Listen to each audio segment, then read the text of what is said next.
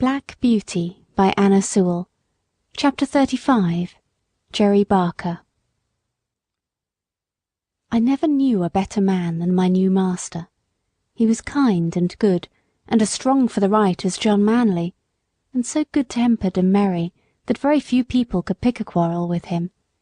He was very fond of making little songs and singing them to himself. One he was very fond of was this: "Come father and mother, and sister and brother, come all of you, turn to, and help one another." And so they did. Harry was as clever at stable work as a much older boy, and always wanted to do what he could. Then Polly and Dolly used to come in the morning to help with the cab, to brush and beat the cushions and rub the glass, while Jerry was giving us a cleaning in the yard, and Harry was rubbing the harness. There used to be a great deal of laughing and fun between them, and it put Captain and me in much better spirits than if we had heard scolding and hard words. They were always early in the morning, for Jerry would say, "If you in the morning throw minutes away, you can't pick them up in the course of a day. You may hurry and scurry, and flurry and worry, you've lost them forever, forever and aye." He could not bear any careless loitering and waste of time, and nothing was so near making him angry as to find people who were always late wanting a cab horse to be driven hard to make up for their idleness. One day, two wild-looking young men came out of a tavern close to the stand and called Jerry. "Here, cabby, look sharp, we are rather late. Put on the steam, will you, and take us to the Victoria in time for the 1 o'clock train. You shall have a shilling extra." "I will take you at the regular pace, gentlemen. Shillings don't pay for putting on the steam like that." Larry's cab was standing next to ours. He flung open the door and said, "I'm your man, gentlemen. Take my cab, my horse will get you there all right." And as he shut them in, with a wink toward Jerry, said, "It's against his conscience to go beyond a jog trot." Then slashing his jaded horse, he set off as hard as he could. Jerry patted me on the neck. "No, Jack, a shilling would not pay for that sort of thing, would it, old boy?" Although Jerry was determinedly set against hard driving to please careless people, he always went a good fair pace, and was not against putting on the steam, as he said, if only he knew why. I well remember one morning, as we were on the stand waiting for a fare, that a young man, carrying a heavy portmanteau, trod on a piece of orange peel which lay on the pavement, and fell down with great force. Jerry was the first to run and lift him up. He seemed much stunned, and as they led him into a shop he walked as if he were in great pain. Jerry, of course, came back to the stand, but in about 10 minutes one of the shopmen called him, so he drew up to the pavement. "Can you take me to the South Eastern Railway?" said the young man. "This unlucky fall has made me late, I fear, but it is of great importance that I should not lose the 12 o'clock train. I should be most thankful if you could get me there in time, and will gladly pay you an extra fare." "I'll do my very best," said Jerry heartily, "if you think you are well enough, sir," for he looked dreadfully white and ill. "I must go," he said earnestly. "Please to open the door, and let us lose no time." The next minute Jerry was on the box, with a cheery chirrup to me and a twitch of the rein that I well understood.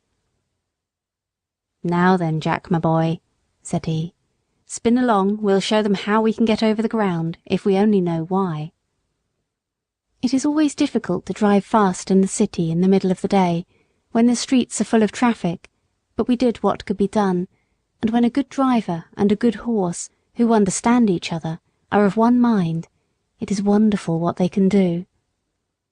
I had a very good mouth, that is, I could be guided by the slightest touch of the rein, and that is a great thing in London, among carriages, omnibuses, carts, vans, trucks, cabs, and great wagons creeping along at a walking pace, some going one way, some another, some going slowly, others wanting to pass them, omnibuses stopping short every few minutes to take up a passenger, obliging the horse that is coming behind to pull up too, or to pass and get before them. Perhaps you try to pass, but just then something else comes dashing in through the narrow opening, and you have to keep in behind the omnibus again. Presently you think you see a chance, and manage to get to the front, going so near the wheels on each side that half an inch nearer and they would scrape. Well, you get along for a bit, but soon find yourself in a long train of carts and carriages, all obliged to go at a walk. Perhaps you come to a regular block-up, and have to stand still for minutes together, till something clears out into a side street, or the policeman interferes.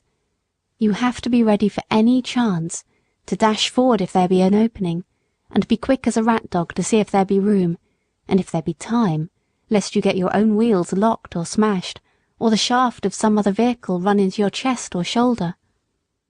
All this is what you have to be ready for. If you want to get through London fast in the middle of the day, it wants a deal of practice. Jerry and I were used to it, and no one could beat us at getting through when we were set upon it. I was quick and bold, and could always trust my driver. Jerry was quick and patient at the same time, and could trust his horse, which was a great thing too. He very seldom used the whip. I knew by his voice, and his click-click, when he wanted to get on fast, and by the rein where I was to go, so there was no need for whipping. But I must go back to my story. The streets were very full that day, but we got on pretty well as far as the bottom of Cheapside, where there was a block for 3 or 4 minutes. The young man put his head out and said anxiously, "I think I had better get out and walk. I shall never get there if this goes on." "I shall do all that can be done, sir," said Jerry. "I think we shall be in time. This block-up cannot last much longer, and your luggage is very heavy for you to carry, sir." Just then the cart in front of us began to move on, and then we had a good turn. In and out we went, as fast as horseflesh could do it, and for a wonder had a good clear time on London Bridge, for there was a whole train of cabs and carriages all going our way at a quick trot, perhaps wanting to catch that very train. At any rate, we whirled into the station with many more, just as the great clock pointed 8 minutes to 12 o'clock. "Thank God, we are in time," said the young man. "And thank you too, my friend, and your good horse. You have saved me more than money can ever pay for. Take this extra half-crown." "No, sir, no. Thank you all the same. So glad we hit the time, sir. But don't stay now, sir, the bell is ringing. Here, porter, take this gentleman's luggage. Dover line, 12 o'clock train, that's it." And without waiting for another word, Jerry wheeled me round to make room for other cabs that were dashing up at the last minute, and drew up on one side till the crush was past. "So glad," he said, "so glad. Poor young fellow. I wonder what it was that made him so anxious." Jerry often talked to himself quite loud enough for me to hear when we were not moving. On Jerry's return to the rank, there was a good deal of laughing and chaffing at him for driving hard to the train for an extra fare, as they said, all against his principles, and they wanted to know how much he had pocketed. "A good deal more than I generally get," said he, nodding slyly. "What he gave me will keep me in little comforts for several days." "Gammon," said one. "He's a humbug," said another, preaching to us and then doing the same himself. "Look here, mates," said Jerry. "The gentleman offered me half-a-crown extra, but I didn't take it. 'Twas quite pay enough for me to see how glad he was to catch that train, and if Jack and I choose to have a quick run now and then to please ourselves, that's our business and not yours." "Well," said Larry, "you'll never be a rich man." "Most likely not," said Jerry, "but I don't know that I shall be the less happy for that. I have heard the commandments read a great many times, and I never noticed that any of them said, 'Thou shalt be rich,' and there are a good many curious things said in the New Testament about rich men that I think would make me feel rather queer if I was one of them." "If you ever do get rich," said Governor Gray, looking over his shoulder across the top of his cab, "you'll deserve it, Jerry, and you won't find a curse come with your wealth. As for you, Larry, you'll die poor. You spend too much in whipcord." "Well," said Larry, "what is a fellow to do if his horse won't go without it?" You never take the trouble to see if he will go without it. Your whip is always going as if you had the St. Vitus dance in your arm, and if it does not wear you out, it wears your horse out. You know you are always changing your horses. And why? Because you never give them any peace or encouragement." "Well, I have not had good luck," said Larry. "That's where it is." "And you never will," said the governor. "Good luck is rather particular who she rides with, and mostly prefers those who have got common sense and a good heart. At least that is my experience." Governor Gray turned round again to his newspaper, and the other men went to their cabs. End of chapter 35. Chapter 36. The Sunday Cab. One morning, as Jerry had just put me into the shafts and was fastening the traces, a gentleman walked into the yard. "Your servant, sir," said Jerry. "Good morning, Mr. Barker," said the gentleman. "I should be glad to make some arrangements with you for taking Mrs. Briggs regularly to church on Sunday mornings. We go to the new church now, and that is rather further than she can walk." "Thank you, sir," said Jerry, "but I have only taken out a 6 days' license, and therefore I could not take a fare on a Sunday. It would not be legal." "Oh," said the other, "I did not know yours was a 6 days' cab, but of course it would be very easy to alter your license. I would see that you did not lose by it. The fact is, Mrs. Briggs very much prefers you to drive her." "I should be glad to oblige the lady, sir, but I had a 7 days' license once, and the work was too hard for me, and too hard for my horses. Year in and year out, not a day's rest, and never a Sunday with my wife and children, and never able to go to a place of worship, which I had always been used to do before I took to the driving box. So for the last 5 years I have only taken a 6 days' license, and I find it better all the way round." "Well, of course," replied Mr. Briggs, "it is very proper that every person should have rest, and be able to go to church on Sundays, but I should have thought you would not have minded such a short distance for the horse, and only once a day. You would have all the afternoon and evening for yourself, and we are very good customers, you know." "Yes, sir, that is true, and I am grateful for all favours, I am sure, and anything that I could do to oblige you or the lady, I should be proud and happy to do, but I can't give up my Sundays, sir, indeed I can't. I read that God made man, and he made horses and all the other beasts, and as soon as he had made them, he made a day of rest, and bade that all should rest 1 day in 7. And I think, sir, he must have known what was good for them, and I am sure it is good for me. I am stronger and healthier altogether, now that I have a day of rest. The horses are fresh too, and do not wear up nearly so fast. The 6-day drivers all tell me the same, and I have laid by more money in the savings bank than ever I did before. And as for the wife and children, sir, why, heart alive, they would not go back to the 7 days for all they could see." "Oh, very well," said the gentleman. "Don't trouble yourself, Mr. Barker, any further. I will inquire somewhere else." And he walked away. "Well," says Jerry to me, "we can't help it, Jack, old boy. We must have our Sundays. Polly!" he shouted. "Polly, come here!" She was there in a minute. "What is it all about, Jerry?" "Why, my dear, Mr. Briggs wants me to take Mrs. Briggs to church every Sunday morning. I say I only have a 6 days' license. He says, get a 7 days' license and I'll make it worth your while. And you know, Polly, they are very good customers to us. Mrs. Briggs often goes out shopping for hours or making calls, and then she pays down fair and honourable like a lady. There's no beating down or making 3 hours into 2 hours and a half, as some folks do. And it is easy work for the horses, not like tearing along to catch trains for people that are always a quarter of an hour too late. And if I don't oblige her in this matter, it is very likely we shall lose them altogether. What do you say, little woman?" "I say, Jerry," says she, speaking very slowly, "I say, if Mrs. Briggs would give you a sovereign every Sunday morning, I would not have you a 7 days' cabman again. We have known what it was to have no Sundays, and now we know what it is to call them our own. Thank God you earn enough to keep us, though it is sometimes close work to pay for all the oats and hay, the license and the rent besides. But Harry will soon be earning something, and I would rather struggle on harder than we do, than go back to those horrid times when you hardly had a minute to look at your own children, And we never could go to a place of worship together, or have a happy, quiet day. God forbid that we should ever turn back to those times. That's what I say, Jerry." "And that is just what I told Mr. Briggs, my dear," said Jerry, "and what I mean to stick to. So don't go and fret yourself, Polly," for she had begun to cry. "I would not go back to the old times if I earned twice as much, so that is settled, little woman. Now, cheer up, and I'll be off to the stand." 3 weeks had passed away after this conversation, and no order had come from Mrs. Briggs, so there was nothing but taking jobs from the stand.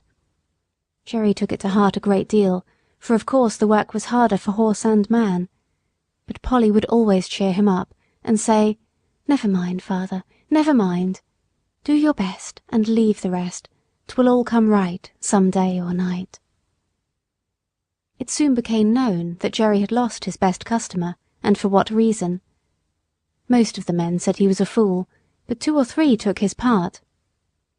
"If working men don't stick to their Sunday," said Truman, "they'll soon have none left. It is every man's right and every beast's right. By God's law we have a day of rest, and by the law of England we have a day of rest, and I say we ought to hold to the rights these laws give us, and keep them for our children."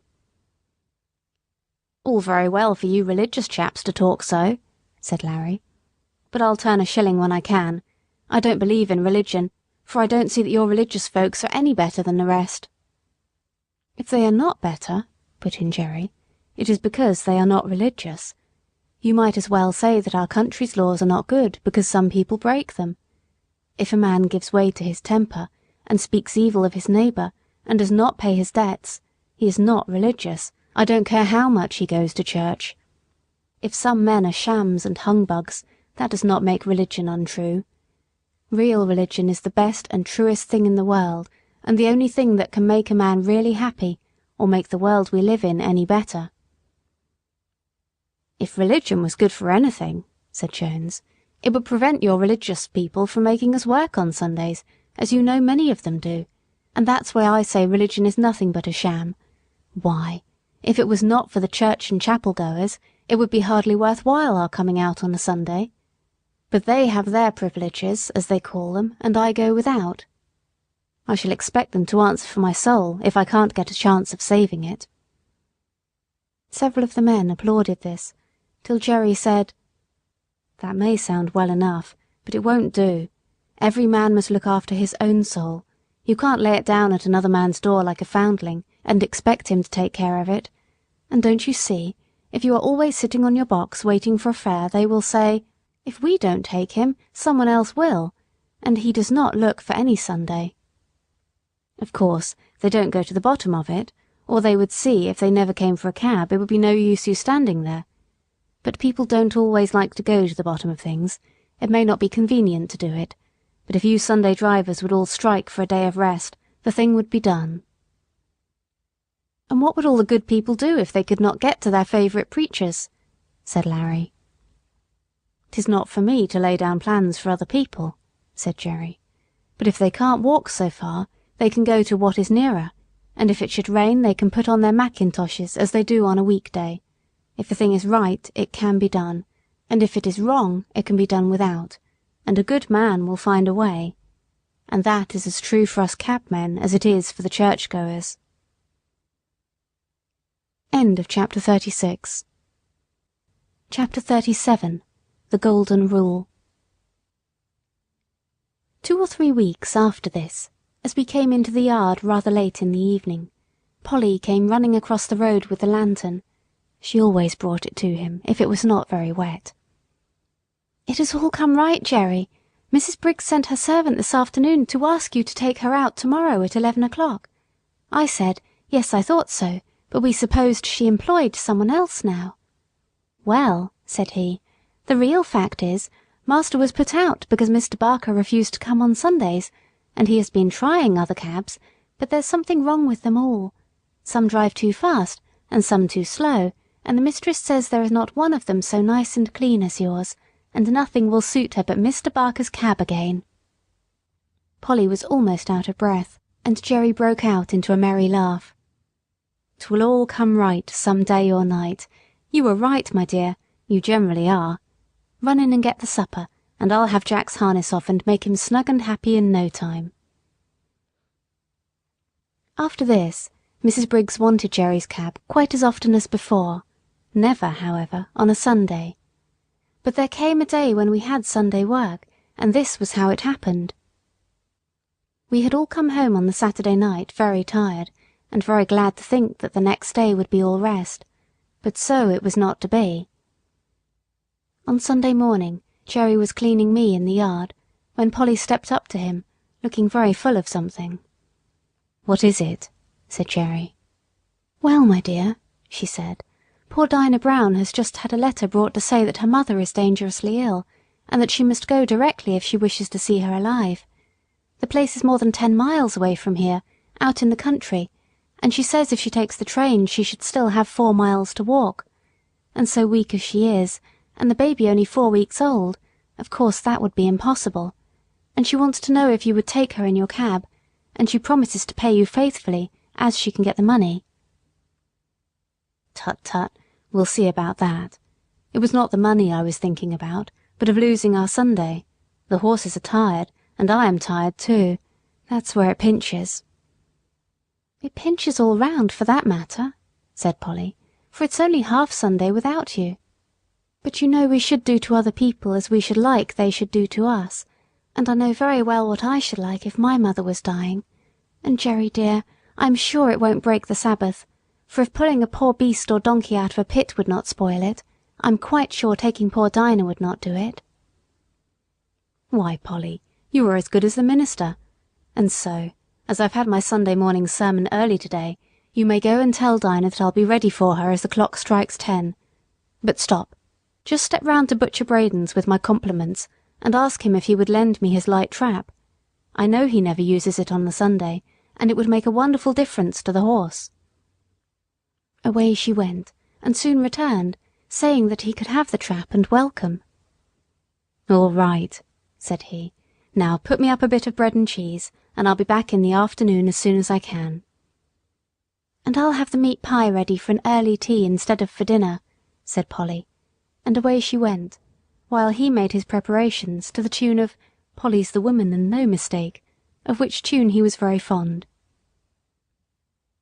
I was selected, and at 10 o'clock we started, in a light high-wheeled gig, which ran so easily that after the 4-wheeled cab it seemed like nothing. It was a fine May day, and as soon as we were out of the town, the sweet air, the smell of the fresh grass, and the soft country roads were as pleasant as they used to be in the old times, and I soon began to feel quite fresh. Dinah's family lived in a small farmhouse up a green lane, close by a meadow with some fine shady trees. There were 2 cows feeding in it. A young man asked Jerry to bring his trap into the meadow, and he would tie me up in the cowshed. He wished he had a better stable to offer. "If your cows would not be offended," said Jerry, "there is nothing my horse would like so well as to have an hour or 2 in your beautiful meadow. He's quiet, and it would be a rare treat for him." "Do, and welcome," said the young man. "The best we have is at your service for your kindness to my sister. We shall be having some dinner in an hour, and I hope you'll come in, though with mother so ill we are all out of sorts in the house." Jerry thanked him kindly, but said as he had some dinner with him, there was nothing he should like so well as walking about in the meadow. When my harness was taken off, I did not know what I should do first, whether to eat the grass, or roll over on my back, or lie down and rest, or have a gallop across the meadow out of sheer spirits at being free, and I did all by turns. Jerry seemed to be quite as happy as I was. He sat down by a bank under a shady tree, and listened to the birds. Then he sang himself, and read out of the little brown book he is so fond of, then wandered around the meadow, and down by a little brook, where he picked the flowers and the hawthorn, and tied them up with long sprays of ivy. Then he gave me a good feed of the oats which he had brought with him, but the time seemed all too short. I had not been in a field since I left poor Ginger at Earlshall. We came home gently, and Jerry's first words were, as we came into the yard, "Well, Polly, I have not lost my Sunday after all. for the birds were singing hymns in every bush, and I joined in the service, and as for Jack, he was like a young colt. When he handed Dolly the flowers, she jumped about for joy. End of chapter 37.